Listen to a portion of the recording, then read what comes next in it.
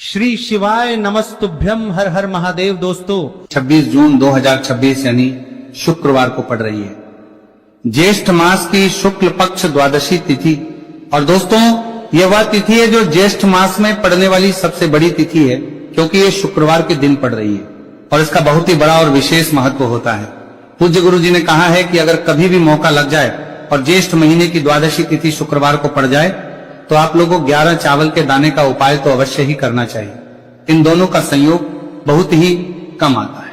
इसी के साथ में गुरुजी ने अपने शिव पुराण कथा में बताया है कि इस दिन आपको 11 चावल दाने का उपाय तो आपको अवश्य ही करना चाहिए, क्योंकि ऐसा दिन पूरे साल में सिर्फ एक ही बार आता है। और दोस्तों आप सभी लोग जानते हो कि शुक्रवार द्वादशी तिथि का अगर सबसे बड़ा कोई उपाय है तो वह 11 चावल के दाने वाला उपाय है।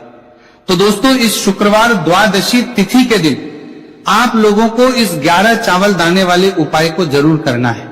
बहुत सारे लोग होंगे जिन लोगों ने इस उपाय को ना किया हो, मतलब पूरा साल निकल गया उन्होंने किसी भी दिन इस 11 चावल के दाने वाले उपाय को ना किया हो। पर दोस्तों आपके पास एक आखिरी मौका बचा हुआ है जो कि 26 जून शुक्रवार द्वादशी तिथि के दिन है। तो इस दिन आप लोगों को इस वाले उपाय को जरूर कर लेना है। भले ही आप पूरे महीने भर इस उपाय को ना किया हो, पर अगर आपने इस ज्येष्ठ महीने की द्वादशी तिथि के दिन अगर इस वाले उपाय को कर लिया तो आपको इस उपाय को करने का वो फल मिलेगा जिसकी आपने कभी कल्पना भी नहीं करी होगी। इसीलिए आप लोग इस वाले उपाय को एक बार जरूर कर लेना है, ताकि आप लोगों के हाथ से यह मौका ना जा सके और आपको इस उपाय को करने का फल मिल सके। दोस्तों यह उपाय पंडित जी ने अपनी अभी की ही श्री शिव महापुराण की कथा में बताया है जी। इस उपाय को आज हम आपको बहुत अच्छे से समझाने वाले हैं। इस वीडियो को देखने बाद इस उपाय को समझने के लिए आपको कोई और वीडियो को देखने की जरूरत नहीं पड़ेगी। तो चलिए दोस्तों उपाय को शुरू करते हैं।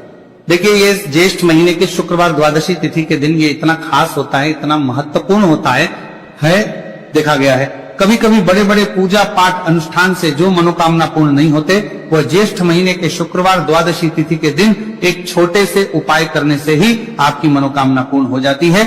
और बहुत सारे लोग इस उपाय को किया भी आप इस देखा गया है और उनको इस उपाय को करने का फल भी जरूर मिला है। अगर आप लोग भी इस उपाय को करना चाहते हैं तो आप इस उपाय को पहले अच्छे से समझ लेना, सुन लेना, उसके बाद करना, आपको इस उपाय का फल जरूर मिलेगा। और इस उपाय को कर लेने से आपके घर में चाहे किसी भी प्रकार की दुहक और समस्या क्यों ना चल रही हो, आपको उसका कारण भी नहीं पता है कि भाई ये समस्या किसका कारण से चल रही है, उसका भी कुछ कारण हो सकता है, जैसे पितृदोष हो सकता है या किसी भी तरह का मंगल दोष भी हो सकता है। तो इस दिन आप लोगों को यह वाला उपाय कर लेना है। ये एक ऐसा उपाय है जिस उपाय को अगर किसी विशेष दिन पर किया जाए तो भाई उस विशेष दिन का जो है वह तो हमें मिलता ही मिलता है, पर हमने उस दिन पर इस उपाय को किया है तो हमें उससे भी बड़ा फल मिलता है और फल बहुत जल्दी मिलता है, क्योंकि आप इस उपाय को बहुत ही बड़े और विशेष पर कर रहे हो।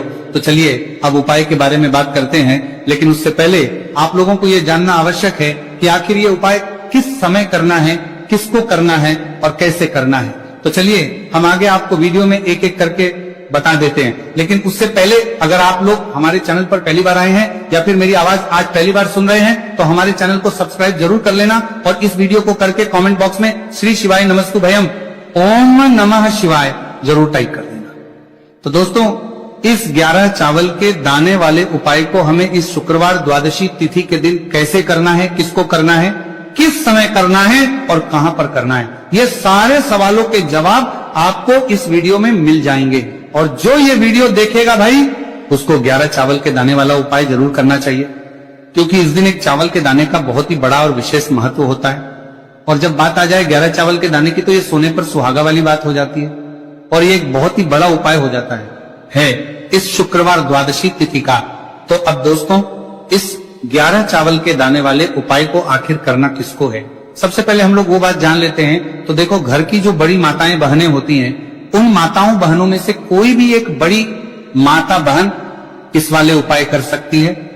और दोस्तों अगर आप चाहे तो अपने घर में से सभी सदस्यों को भी इस उपाय को करवा सकते हैं। अगर किसी व्यक्ति की खुद की कोई मनोकामना है, खुद के कोई दुख और परेशानी है जो कि वो अपने लिए ही करना चाहता है, इस वाले उपाय को तो वो खुद अपने लिए भी कर सकता है। बाकी अगर कोई घर में से ऐसा है जो कि अपने पूरे घर परिवार की सुख और शांति के लिए ये वाला उपाय करना चाहता है तो भाई वो भी कर सकता है, उसमें भी कोई दिक्कत वाली नहीं है। कहने का मतलब यह है कि इस उपाय को हर एक सदस्य भी कर सकता है और पूरे घर परिवार के सदस्य के लिए घर की बड़ी माताओं बहनों में से कोई एक माता बहन भी कर सकती है। माताएं बहनें अगर घर में उपस्थित ना हो या वह ये वाला उपाय ना कर पा रही हो तो फिर घर का कोई बड़ा सदस्य भी इस 11 चावल के दाने वाले उपाय को कर सकता है, चाहे फिर वह पुरुष ही क्यों ना हो, उसमें कोई भी दिक्कत वाली बात नहीं है। अब दोस्तों इस 3 बल के दाने वाले उपाय को हमें करना कहां पर है? हमें इसे शिव जी के मंदिर में जाकर करना है। बहुत सारे लोग प्रश्न करते हैं हर एक उपाय को करते समय क्या हम इस उपाय को घर पर कर सकते हैं? तो इस वाले उपाय को आप घर पर नहीं कर सकते हो। इस वाले उपाय को करने के लिए आपको शिव जी के मंदिर ही जाना पड़ेगा। उसके बाद में दोस्तों जो अगला प्रश्न निकल कर आता है वह ये आता है इस उपाय को लेकर कि आखिर इस उपाय को हमें किस समय करना है, सुबह के समय करना है कि शाम के समय करना है? तो देखो इस वाले उपाय को आप लोग सुबह के समय भी कर सकते हो और शाम के समय प्रदोष काल में भी कर सकते हो। अब अगर आप पूछो कि भाई साहब सबसे उत्तम समय कौन सा रहेगा इस 31 चावल के दाने वाले उपाय को करने का, तो हम आपसे बस यही कहेंगे कि इस उपाय को आप सुबह के समय करेंगे तो ज्यादा बेहतर होगा। बाकी अगर प्रदोष काल शाम के समय भी करेंगे तो भी अच्छा होगा, उसमें कोई भी दिक्कत वाली बात नहीं। तो अब दोस्तों अगली सबसे बड़ी और महत्वपूर्ण बात आती है वह ये आती है कि सुबह अगर हम उपाय को करेंगे तो हमें कितने बजे से लेकर कितने बजे तक के बीच में करना है, और शाम के समय प्रदोष काल में करेंगे तो हमें कितने बजे से लेकर कितने बजे के बीच में करना है। तो देखो सुबह जितनी जल्दी हो सके आप उपाय को करने की कोशिश करना। बाकी अगर किसी कारणवश लेट भी हो जाओ थी, देर भी हो जाए तो 10 या 11 बजे तक भी आप उपाय कर लेना, पर 12 बजे से ज्यादा देरी ना हो, ठीक है, इस बात का ध्यान रखना।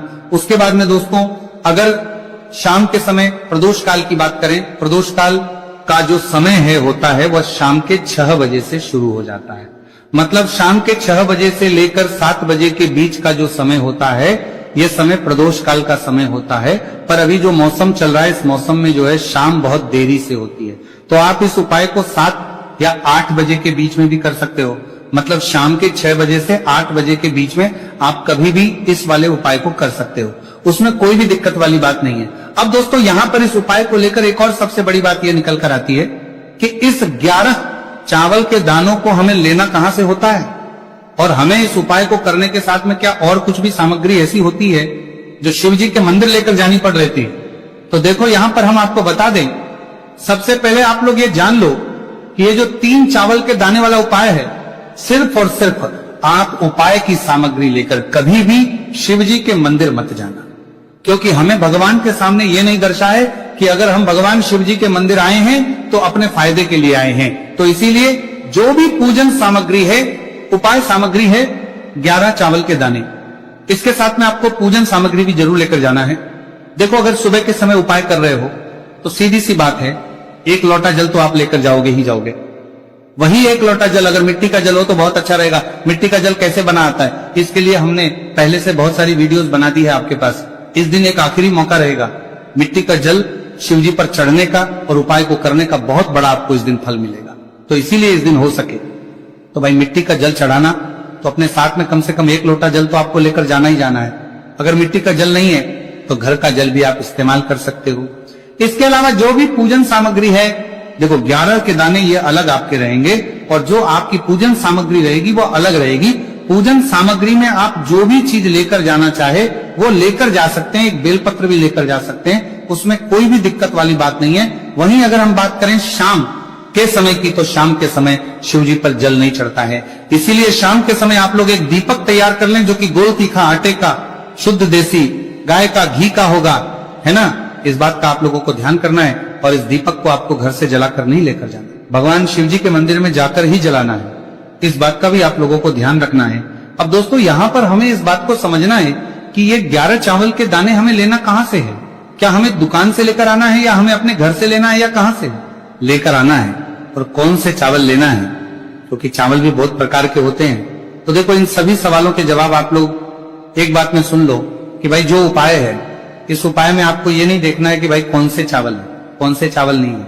बस जो भी चावल ले रहे हो वो चावल का दाना सबूत होना चाहिए, मतलब साबुत होना चाहिए, टूटा हुआ नहीं होना चाहिए, कटा पीटा नहीं होना चाहिए। ये बात आपको ध्यान रखना है। बाकी आपका चावल बासमती हो या सादा चावल हो या कोई सा भी चावल हो, उसमें कोई भी दिक्कत वाली बात नहीं है। तो सीधी सी बात है कि आपके घर के रसोई घर में जहां पर आप बनाते हो वहां पर जो भी चावल आपके उपस्थित हो उन चावलों में से अपनी एक कटोरी भर लेना या एक मुट्ठी चावल अलग से निकाल कर रख लेना, क्योंकि हम 11 चावल ही यहाँ पर इस उपाय में लेने वाले हैं। तो हमें ये चावल के दाने गिनकर निकालने पड़ेंगे, इस बात का आप लोगों को ध्यान रखना है। तो अपने उस चावल की कटोरी में से या चावल में से 11 ऐसे चावल के दाने आप लोग निकाल लो जो कि टूटे हुए ना हो, कटे पीटे ना हो, कोई दाग ना लगा हुआ हो, है ना। अच्छे साबुत चावल के दाने 31 दाने आप लोग निकाल कर रख लो और इन्हें किसी भी एक कागज की पड़िया में या किसी एक छोटी सी कटोरी में आप लोग रख लो ताकि यह सुरक्षित रहे, आपके एक भी चावल का दाना इधर उधर ना हो और आपका उपाय भी पूरा अच्छे से हो जाए। तो भाई जैसे ही आपका उपाय की जो सामग्री है 11 चावल के दाने ये तैयार हो जाते हैं, उसके बाद में आपको जो भी अपनी पूजन सामग्री है सुबह समय कर रहे हो तो एक लोटा जल और एक बेलपत्र या पूजन सामग्री जो लेकर जाना चाहो उसकी भी तैयारी कर लेना। और शाम के समय जा रहे हो तो भाई अपना जो दीपक है उसे तैयार कर लेना, ठीक है। और उपाय को करते समय शुद्धता का विशेष रूप से ध्यान रखना, ठीक है। सुबह सुबह स्नान करने के बाद ही उपाय को करने की आप लोग तैयारी करना। उसके बाद अगर शाम के समय की बात करें तो शाम के समय आपको स्नान करने की जरूरत नहीं है, पर शुद्धता ध्यान रखना है। आपको स्नान तो नहीं करेंगे, आप हाथ मुंह धोकर भी इस वाले उपाय को शाम के समय प्रदोष काल में कर सकते हैं, इसमें कोई दिक्कत वाली बात नहीं है। तो आप अपने उपाय की पूरी सामग्री तैयार करके आपके पास ही में जो आपका शिव मंदिर हो वहां पर पहुंच जाइए। सबसे पहले शिव मंदिर में जाकर आप लोगों को उपाय नहीं करना है, पहले भगवान के दर्शन करना है, भगवान से आशीर्वाद प्राप्त करना है, फिर शिव जी की शिवलिंग के पास में आना है। शिवलिंग के पास में आने के बाद जो पूजन सामग्री लेकर आए हुए हैं, जैसे कि सुबह गए हुए होंगे तो एक लोटा जल, और जो भी पूजन सामग्री लेकर आए हैं आप उनसे भगवान शिव जी की पूजन कीजिए। सबसे पहले तो एक लोटा जल ही चढ़ेगा, फिर आपको एक बेलपत्र श्री शिवाय नमस्तु भयम का जाप करते हुए शिवलिंग पर चढ़ा देना है। उसके बाद में आपकी पूजन सामग्री चढ़ेगी। उसके बाद में अगर दोस्तों शाम के समय अगर आप इस उपाय को कर रहे हो तो अपने साथ कम से कम एक जो दीपक है गोलबाती का जो आप अपने साथ में लेकर गए हो, उस दीपक को मंदिर में जाकर अपनी माचिस से जलाना है और उस दीपक को शिवलिंग के पास में रखना है, ठीक है। इस दीपक को रखने के बाद ही आप लोगों को अपना यह वाला उपाय शुरू करना है और दीपक को ज्यादा पास में मत रखना। वैसे भी गर्मी पड़ रही है, भगवान शिव जी को आंच नहीं लगनी चाहिए, है ना। तो भाई जैसे ही आपकी पूजा अर्चना हो जाती है आप भगवान शिव जी को प्रसन्न कर लेते हैं, उसके बाद शिवलिंग के पास ही में आप कहीं पर बैठ जाइए, सामने या आसपास जिस जगह पर आपको बैठना हो वहां पर बैठ जाइए और अपने वो 11 चावल के दाने अपने सामने निकाल कर रख लीजिए, क्योंकि अब यहां पर उपाय को यहां पर करने की आपको तैयारी करना है। और इस तरीके से जब आप उपाय करेंगे, पूजन सामग्री करने के बाद, पूजन अर्चना करने के बाद, तो आपको उपाय का फल बहुत जल्दी और बहुत होकर मिलेगा। तो अपने चावल के अपने सामने निकाल कर रख लेना। और ये जो उपाय है ये आपकी सीधे हाथ की हथेली से होगा, इसलिए इस बात का भी विशेष रूप से ध्यान रखना है। तो सीधे हाथ की हथेली का प्रयोग करके ही आप लोग अपना इस वाले उपाय को करना। अपने सामने जो भी आपके कागज की पुड़िया है उसको खोलकर रख लो, या कटोरी है तो भाई उसे अपने सामने रख लो और अपने वो 11 चावल के दाने निकाल लो, ठीक है। उसके बाद में दोस्तों अब आपको क्या करना है कि शिवलिंग आपके सामने होगी, तो आपने वो 11 चावल के दाने एक एक करके, जहां पर आपने बेलपत्र चढ़ाए हैं, आपको शिव जी के शिवलिंग के ऊपर चढ़ाना है। कहां पर चढ़ाना है? शिवलिंग के ऊपर चढ़ाना है, और कहीं पर भी नहीं चढ़ाना है आपको अपने हथेली से, तो शिवलिंग के ऊपर चढ़ाना है। भले ही फिर वो अपने आप जलाधारी पर गिर जाए, ये मतलब वहीं पर गिर जाए, उसमें कोई दिक्कत वाली बात नहीं है, पर आप चढ़ाओ शिवलिंग के ऊपर। तो आपको क्या करना है, अपना पहला चावल का दाना उठाना है, श्री शिवाय नमस्तु भयम बोलना है और शिवलिंग पर चढ़ देना है। इसी तरीके दूसरा चावल का दाना उठा है, शिवलिंग पर चढ़ना है और मंत्र बोल देना है। और फिर तीसरा चावल का दाना उठाना है, श्री शिवाय नमस्तु भयम बोलना है और चढ़ देना है। इसी प्रकार से आपको पूरे 11 चावल के दाने एक एक करके शिव जी के शिवलिंग के ऊपर चढ़ाना है और भगवान से प्रार्थना करते जाना है। मतलब प्रार्थना तो आपको आखिरी में करना है, पर हर एक चावल के दाने को चढ़ाते समय श्री शिवाय नमस्तु भयम जरूर बोलना है। उसके ही में ये चावल का दाना शिवलिंग के ऊपर आपको चढ़ाना है। जैसे ही आपके 11 चावल के दाने शिवलिंग के ऊपर चढ़ते हैं तो भाई उसके बाद में आपको क्या करना है, भगवान से अपनी मनोकामना बोलना है। मनोकामना भी कब बोलना है, जब आपका 11 चावल का दाना आपके सीधे हाथ की हथेली में हो और आप उसे चढ़ाने के लिए जा रहे हो, श्री शिवाय नमस्तु भयम बोलकर उस आखिरी चावल के दाने को शिवलिंग के ऊपर चढ़ा देना। भगवान से फिर अपनी वो मनोकामना बोल देना, जिस मनोकामना के लिए आप लोग अपना ये वाला उपाय कर रहे हो, जिस भी दुख और परेशानी के लिए आप लोग अपना ये वाला उपाय कर रहे हो, उसके बाद में जैसे ही आप अपनी मनोकामना बोल देते हो आपका ये वाला उपाय पूरा हो जाता है। पर दोस्तों उपाय को करने के बाद आप लोगों को 2 मिनट भगवान शिव जी के मंत्र का जाप जरूर करना है। और मंत्र का जाप करने के बाद भगवान से एक और बार करना है अपनी मनोकामना के लिए या अपनी जो भी दुख और परेशानी है उसके लिए। इसके बाद में आप लोग कोई सा भी चावल हो उसमें कोई भी दिक्कत वाली बात नहीं है। तो सीधी सी बात है कि आपके घर के रसोई घर में जहां पर आप बनाते हो वहां पर जो भी चावल आपके उपस्थित हो उन चावलों में से अपनी एक कटोरी भर लेना या एक मुट्ठी चावल अलग से निकाल कर रख लेना, क्योंकि हम 11 चावल ही यहाँ पर इस उपाय में लेने वाले हैं।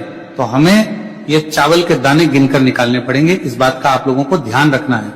तो अपने उस चावल की कटोरी में से या चावल में से 11 ऐसे चावल के दाने आप लोग निकाल लो जो कि टूटे हुए ना हो, कटे पीटे ना हो, कोई दाग ना लगा हुआ हो, है ना। अच्छे साबुत चावल के दाने 31 दाने आप लोग निकाल कर रख लो और इन्हें किसी भी एक कागज की पड़िया में या किसी एक छोटी सी कटोरी में आप लोग रख लो ताकि ये सुरक्षित रहे, आपके एक भी चावल का दाना इधर उधर ना हो और आपका उपाय भी पूरा अच्छे से हो जाए। तो भाई जैसे ही आपका उपाय की जो सामग्री है 11 चावल के दाने ये तैयार हो जाते हैं उसके बाद में आपको